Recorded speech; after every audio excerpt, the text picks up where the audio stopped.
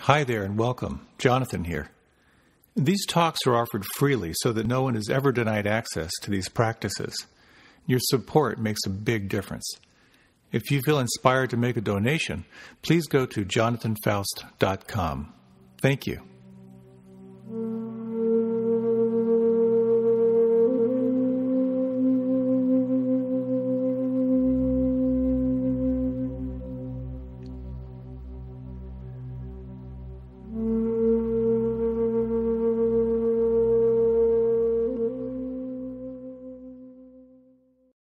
Whenever I have a Dharma talk, oftentimes on a particular topic, life will present some kind of experience or it'll trigger some deep memory for myself. I had mentioned earlier that for a number of years, while I was going to college and grad school out in the Midwest, I was co-managing a 1,000-acre farm and in charge of 500 hogs. And at that time, just to complete the picture, I had a 1963 Chevy fleet-side pickup truck with 3 on the tree. How many people know what 3 on the tree? Yeah, oh, good. It's the shifters on the column, a 3-speed. And my truck only had an AM radio. So I started listening to country music because that's all there was. So I would listen to WMAQ out of Chicago. And country music is so interesting. You can sing along to it. It's, I can see why it's engaging. But there's one song that kind of I was remembered in meditation, that it speaks of one's métier, one's purpose in life, of your professional expression no longer being in alignment with your higher purpose. It's a song by Johnny Paycheck. It's a timeless hit. You probably know it. It's called Take This Job and Shove It. I'll read you the chorus.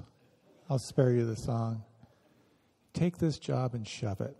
I ain't working here no more. My woman done left and took all the reasons I was working for.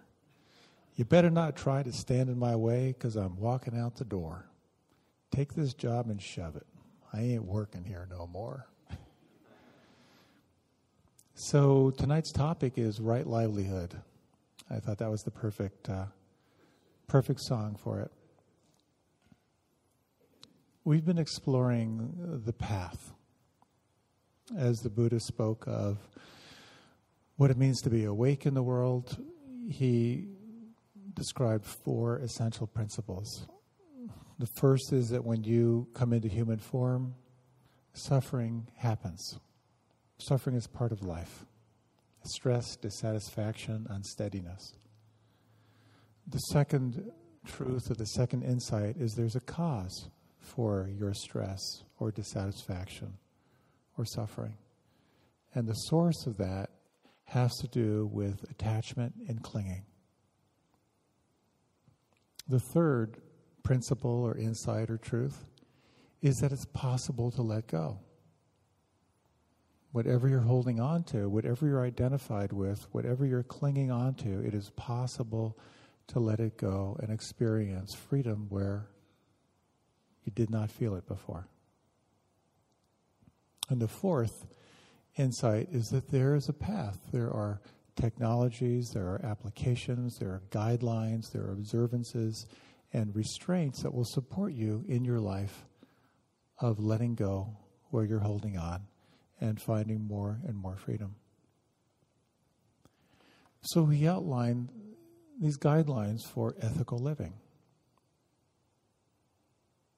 And these are the guidelines we've been exploring. And when you go on a retreat, you make a formal commitment to these guidelines to support you in your practice. And they become wonderful riverbanks in life as well. And they have to do first with not killing, not taking life heedlessly, not stealing, and taking only what is freely given, and not misusing sex, not lying, and abstaining from intoxicants and other poisons that cloud the mind and cloud consciousness.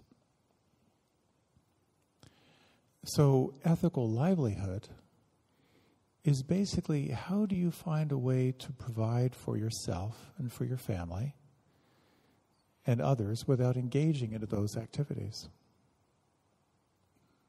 But like all things that have to do with ethics, it's deeply nuanced. It's not kind of a fundamentalist black or white. And it can be very, very helpful to reflect on your work and how much it aligns with those principles. It's really about finding your highest expression in life. So what I'd like to talk about tonight first has to do with the question of what is true. Just the importance of really looking at your work with real honesty. The second question is, can you be with it? Is how you are living your life in alignment? Does it require any change or any alteration, either externally or internally? The third is to explore a little bit about what the Buddha taught about right livelihood. And the fourth thing I'd like to talk about is what it's like to live through the lens of service when you see your work as a way to serve.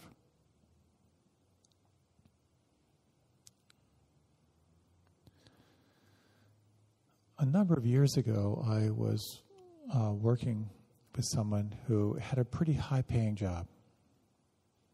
And he worked in the defense industry as a consultant. Really, really smart person.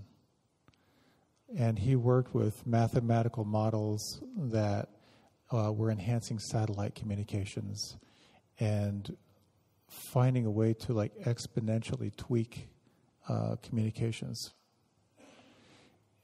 And this work, like a lot of military research, it did have great implications in the long run for civilian use, but in the meantime, it was about speeding up communications on the battlefield and in military preparedness. And he was very deep into the practice, and I remember him saying, he said, someday I'm going to have to let this go. I'm not ready yet, but someday I can feel like it's going to be time to let this job go. In the meantime, he enjoyed the intellectual stimulation and the stability and the high income. And a few years later, as I was talking with him, he said, I'm done. So I don't want to go forward in my life this way. It just no longer feels right for me. And fortunately, because of his high skill, he was able to use his mathematical genius in a different way in a civilian area. But it's an important thing to really reflect when you think about how many hours you spend working, or how many hours you spend engaged in activity. To really ask yourself, is this in alignment?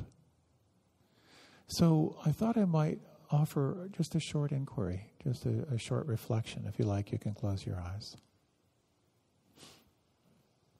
And it's really just to explore a question. One of the things I like about the practice of inquiry is you hear a question, you let yourself respond. And then I'll just repeat the question a little bit. When you think of your work in the world,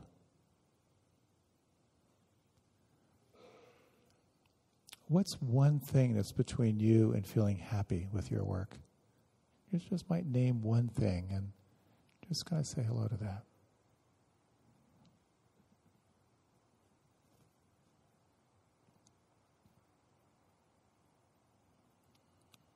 And again, as you think of work, what's one thing that comes to mind that's between you and feeling really happy?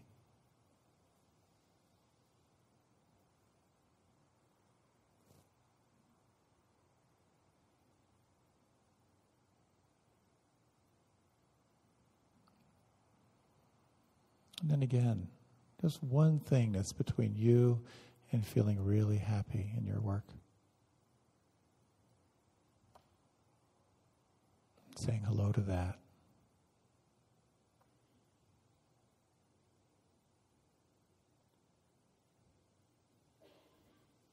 And then one more time.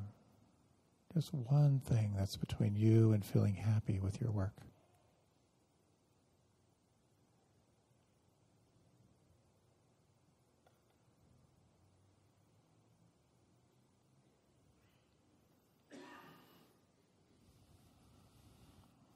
And then if you like, you can deepen your breath. And just saying hello to whatever kind of came up for you. You can let your eyes open. I like that question. I like that inquiry.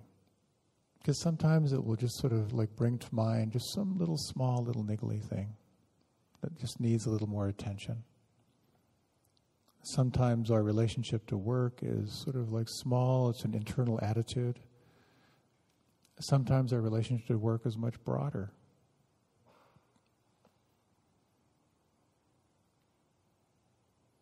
The question becomes, how can you find a way of your personal expression that feels most in alignment for yourself?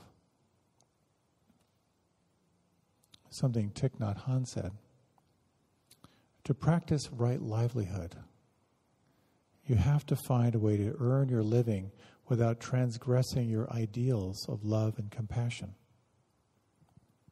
The way you support yourself can be an expression of your deepest self, or it can be a source of suffering for you and for others. Your vocation can nourish your understanding and compassion or erode them. We should be aware of the consequences, far and near, of the way we earn our living.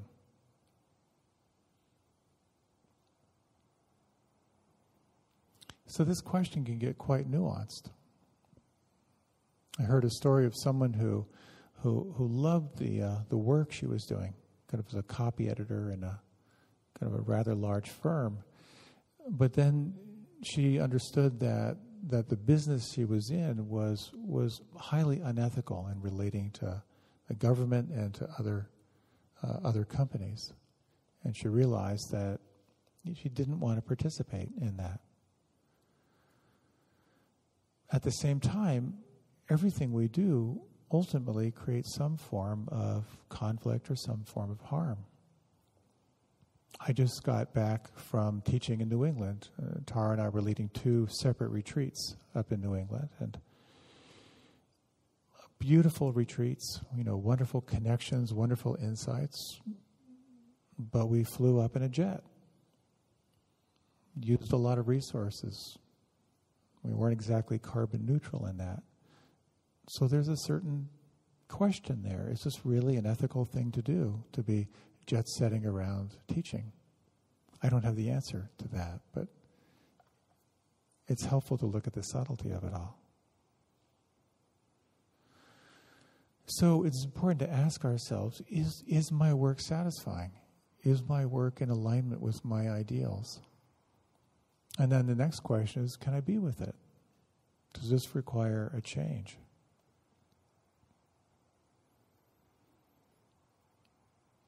I have a number of conversations with people who are not happy with their work. There's always the question of, should I stay or should I go? And I was once in dialogue with someone who really hated her job. She had a boss who was just nasty. And it was a really toxic situation. Her whole department was unhappy. Her boss ruled by fear and intimidation. So her question was, should I leave this or should I go? And so we took some time to slow down and look at the underpinnings of her attitude. And as she described her past and how it was showing up in the present, she had a very dominating mother. She had a dominating older brother. And her strategy in life was to go along in order to get along. And she realized that for her, if she left this job, she would probably end up in exactly the same situation again, of being dominated and abused by someone and putting up with it in order to survive. So as we explored this, she started to craft a way that she could start to speak up and actually make a stand for herself. And she realized that if she were to stand up to this dominating boss, it could mean the end of her job anyway. But for her, she realized that this was a growth opportunity. So she went for it. She took it on. She started to speak up. She found lots of support to kind of help her in challenging her boss and trying to speak the truth for the whole department that was really upset. And it turns out that her boss, who absolutely was a dominating personality, really liked having someone she could spar with. And her boss ended up really enjoying her new outspokenness and became an ally for her in the organization and was actually able to hear what she had to say, and the entire environment improved. So for her, just stepping out would have been kind of a premature decision. But rather than changing the externals, but focusing on the internals, she was not only able to transform herself, but transform her whole work environment, which was a very inspiring process. It really very much changed her life. So another short reflection, a little Zen pop quiz for you. If you like, you can close your eyes. When you think of your work, and again, if you're not working, just the ways that you're showing up, the ways that you're serving, what are the challenges? What would you say are the 3 biggest challenges for you right now?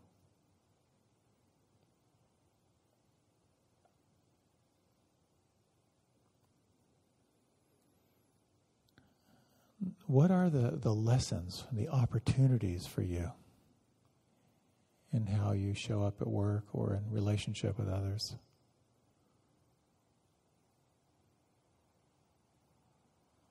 What would you say are your greatest opportunities for growth or transformation?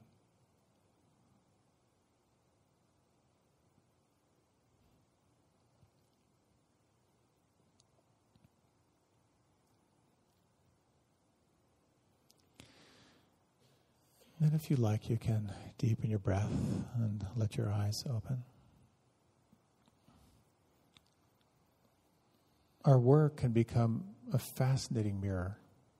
It becomes a mirror of our attitudes and how we show up in the world.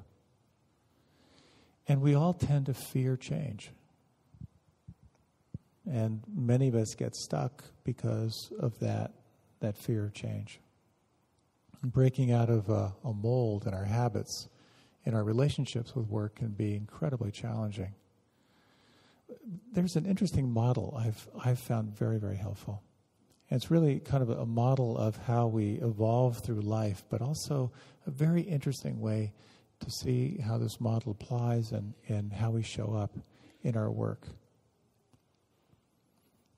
On the very first level, this is articulated by a guy named John Keegan.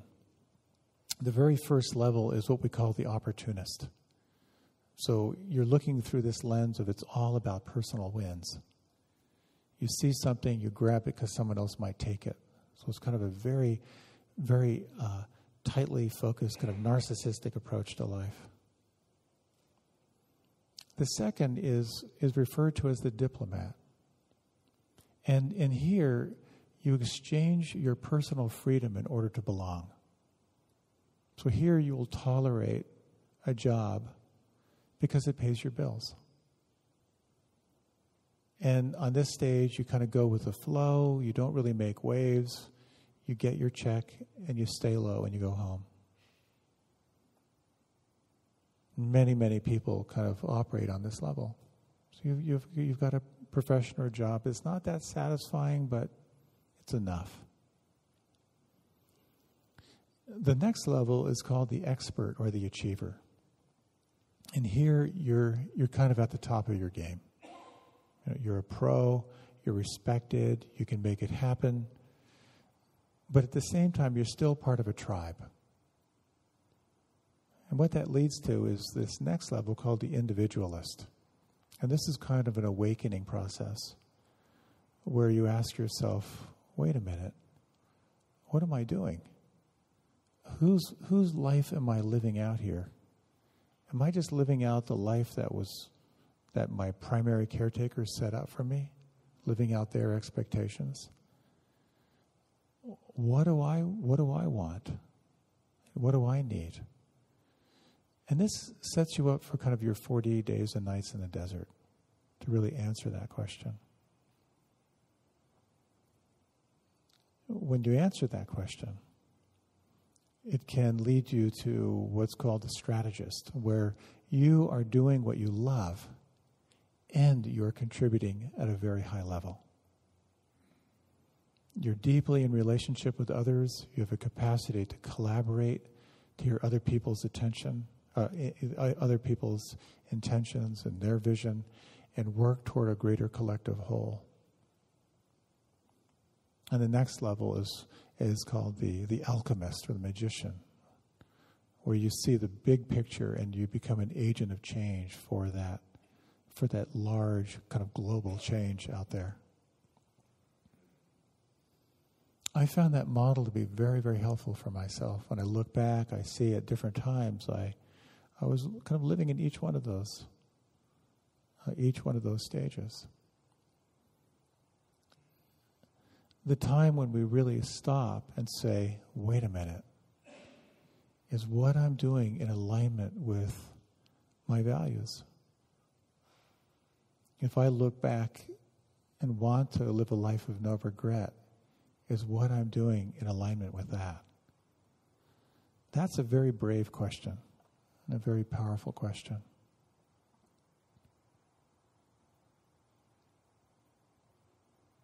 So when it comes to right livelihood, there's no clean answer here.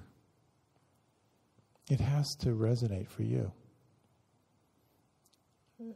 Many, many years ago, probably 5 years ago, I was leading a meditation retreat. And there was a young woman with her husband who was, they were attending this retreat. They had just gotten married a little while ago, and I believe he was a lieutenant in the Army. I met with them, and he was on leave after his first tour in Afghanistan. And they thought that a meditation retreat would be just what he needed to learn some skills, because he was going right back in for his second tour. And as I talked with this guy, I was so moved by his very, very pure intent. He was very, very excited about the possibility of rebuilding this country. He had gone to school and learned the local languages. He was working very, very hard to bring different factions together to communicate. And he was very lit up about his life. And actually very excited to go back, because he could see how he was making a difference in that culture. And I realized how much prejudice I had, toward, the armed forces in general. And getting this guy's wholesome desire to make a difference in the world pretty radically shifted my concept of what we were doing over there. So it's easy to make things black or white. But as the Buddha said, finding your dharma is your dharma. Finding your path is your path. He said, your task is to explore what your work is, and then give yourself to it fully. So another short little inquiry, little 1-minute reflection.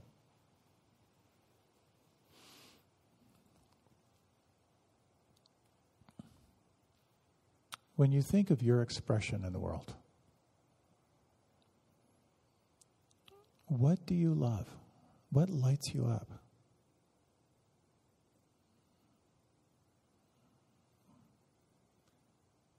If you were assured of success, no matter what you chose to do, what would you choose?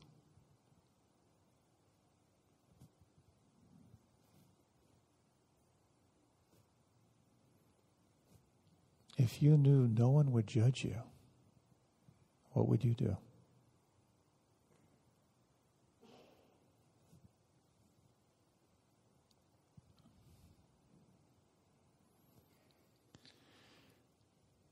So when you're ready, you can deepen your breath, and if you like, you can open your eyes.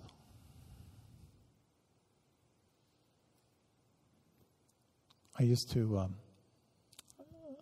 lead a workshop where I would have people get out a sheet of paper. On one column, you write down everything you enjoy, everything that gives you pleasure. On the other column, you'd write down any way you could make money doing what you love and what gives you pleasure. You just brainstorm. I always tell people, write down food and sex first, get it out of the way. But it's a very interesting question when you kind of break the mold. What lights you up? What would you enjoy?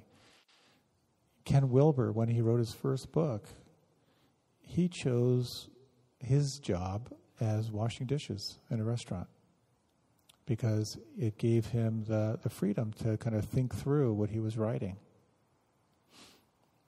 I know some people in my life who have consciously chosen kind of a non-challenging job where they just got the paycheck so they could give all of their time and attention to their family, to their young family. They did not want a job that was going to take them away from the family.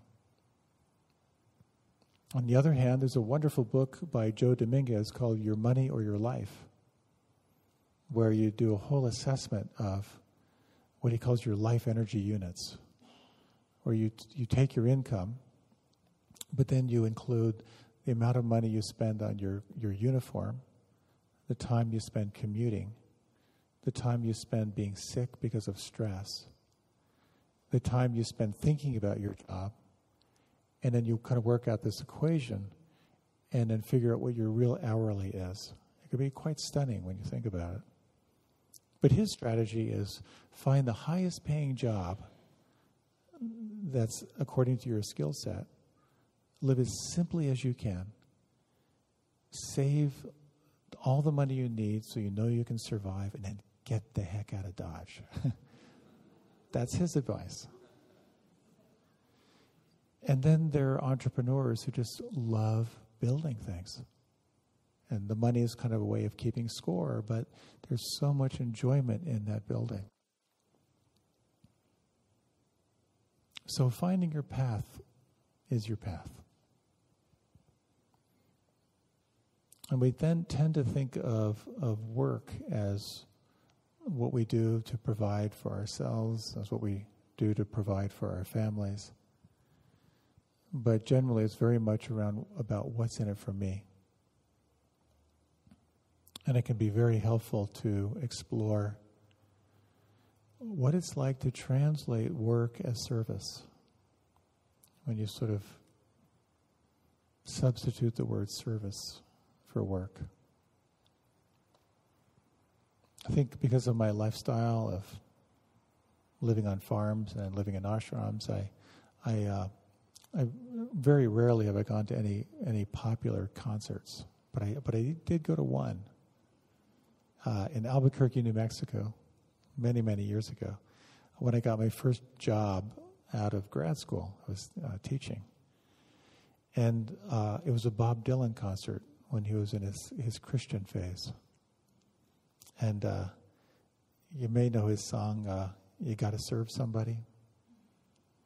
I'll read you another chorus here. I don't know why songs are a theme here.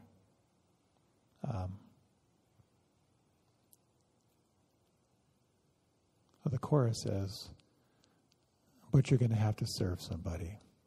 Yes, indeed. You're going to have to serve somebody. It may be the devil or it may be the Lord, but you're going to have to serve somebody.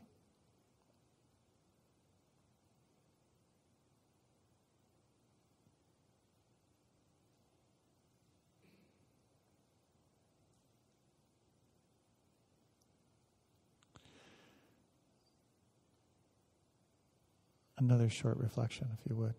You can close your eyes.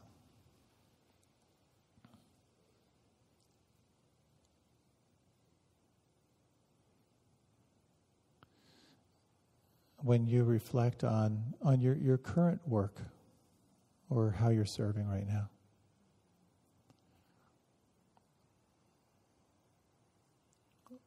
when you consider what it's like to substitute the word work for service, what does that feel like when you think of your job as serving others?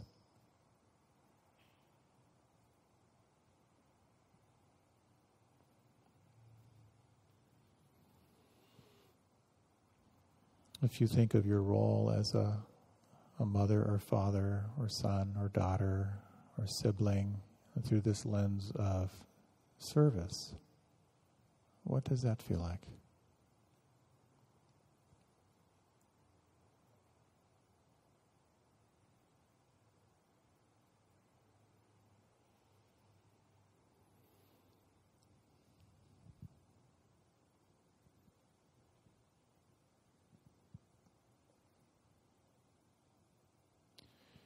If you like, you can deepen the breath and let the eyes open. The great teacher Ram Dass wrote a book a number of years ago, and the title is How Can I Help? Which is about what happens when you take on the role of server.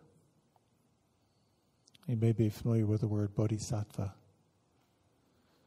And a bodhisattva is someone who lives to serve, who holds herself back from liberation in order to help others, and whose life is transformed through serving others.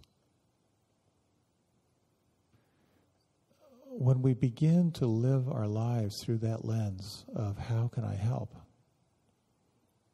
it can dramatically change the equation in our lives, from what's in it for me to how can I be of service.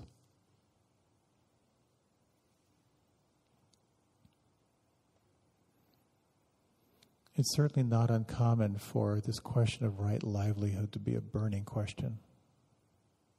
How do you make your best use of your time on this planet?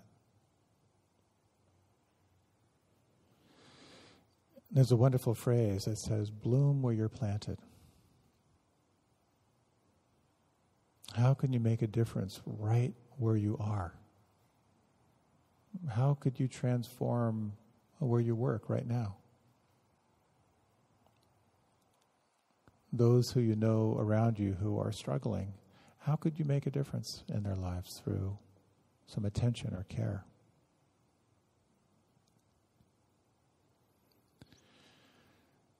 I was at the nursing home visiting my father just before he passed, and I was visiting with one of the aides.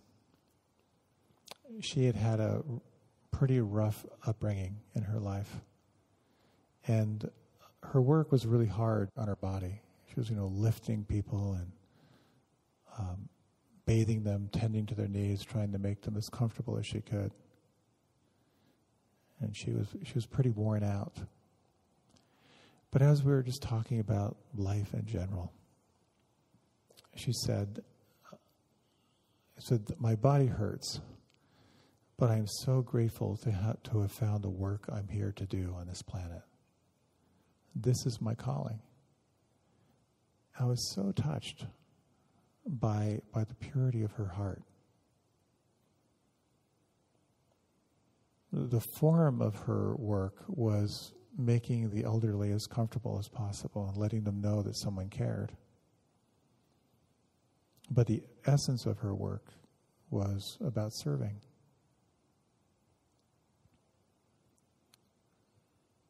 So our work can be a way of making sure we're safe, making sure those that we love are safe.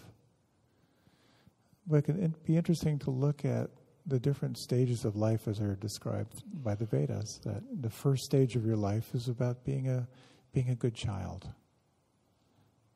Then you go through the next phase of life of being a good student.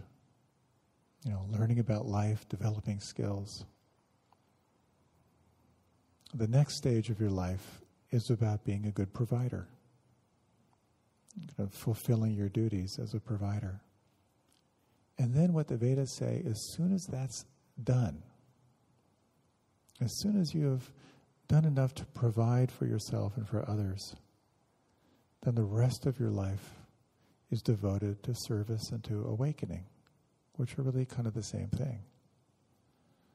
It's devoting yourself to full realization of who you really are, and about cultivating wisdom and cultivating compassion. So ultimately, I think that's perhaps what our work is all about. Oftentimes it comes from a place of a self-doing. But when the Buddha said nothing whatsoever is to be clung to as I or mine, it changes our relationship to work. Because it's not so much about collecting and gathering as it is about being fully awake and fully alive and fully realized. So with that, why don't we close with a short meditation, short reflection.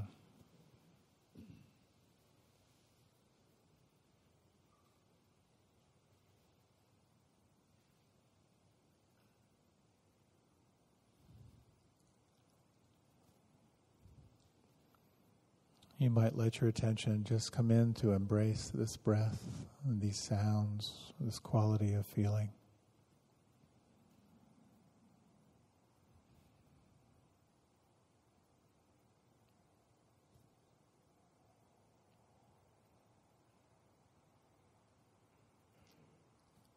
And perhaps taking these moments to reflect on this mystery of being alive in this body right here.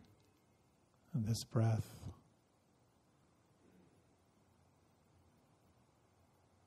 This life you have been given.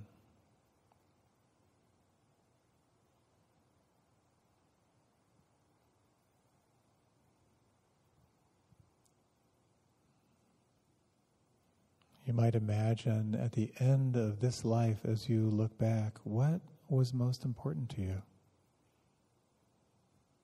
What do you most value?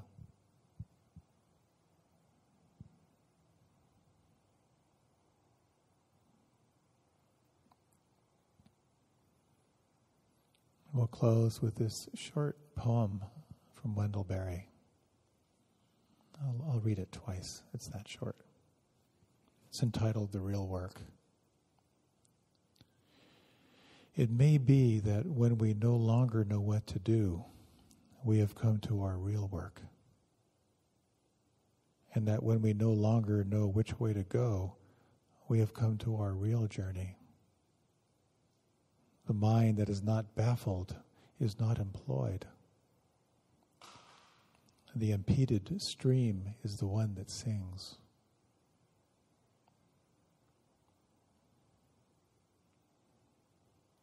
It may be that when we no longer know what to do, we have come to our real work. And that when we no longer know which way to go, we have come to our real journey. The mind that is not baffled is not employed. The impeded stream is the one that sings.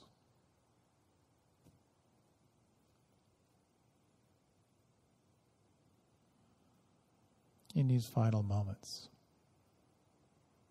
just reflecting on this mystery and that which calls you forward.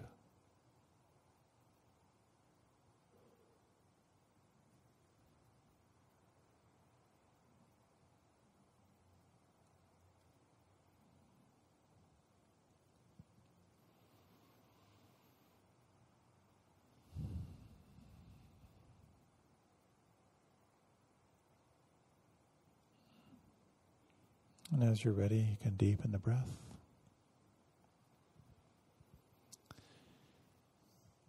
And when you're ready, you can let your eyes open. And thank you for your time and attention. This right livelihood thing is kind of gnarly. A few announcements. If you'd like to be on the mailing list, you can sign up in the back. Thank you as always for your support for the church and me and my lavish lifestyle. Also, I want to let you know that April 30th, I'm going to be offering a day-long retreat, and it's called the Inquiry Intensive, exploring the questions that can set you free. Inquiry as a way of helping you reframe your life, to solve problems, and how to turn your attention toward non-conceptual awareness. And I'm looking forward to the day, and it's going to be here in this room. So I'm grateful to the church for making this available, and I'll send more information out. But it's going to be, I think it's a very, very juicy day long. I think you'll enjoy it. So to fuel you in your journey, we have tea and cookies waiting for you. Thank you so much. Have a wonderful, wonderful week.